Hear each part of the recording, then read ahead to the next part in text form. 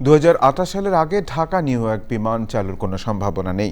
বেসামরিক বিমান পরিবহন ও পর্যটন মন্ত্রী আফরোজা খানম জানিয়েছেন, 2027 অক্টোবরে আন্তর্জাতিক সিভিল এভিয়েশন অথরিটির অডিটের পর Bangladesh civil aviation authority category 1-এ উন্নীত হলেই বিমানের ঢাকা নিউ ইয়র্ক ফ্লাইট চালু হবে। এছাড়াও জুলাইয়ে জাপানের সাথে চুক্তির পর এবছর ডিসেম্বরে হযরত শাহজালাল আন্তর্জাতিক বিমানবন্দরের তৃতীয় টার্মিনাল চালু হবে বলেও জানিয়েছেন মন্ত্রী।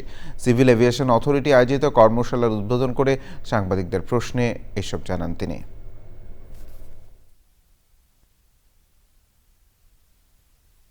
অবভিয়াসলি আমাদের থার্ড টার্মিনালটাই প্রায়োরিটি বেসিসে আছে, তারপর তো পর্যায়ক্রমে আমরা বলেছি যে আমরা সবগুলি আস্তে আস্তে করবো, একসাথে তো সব করা যাবে না।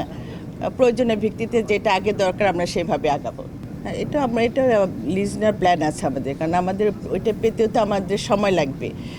5 বছরের মতন একটা টাইম পিরিয়ড আছে, সেই 5 বছরটা কাভার দেওয়ার জন্য আমরা লিজে যাব।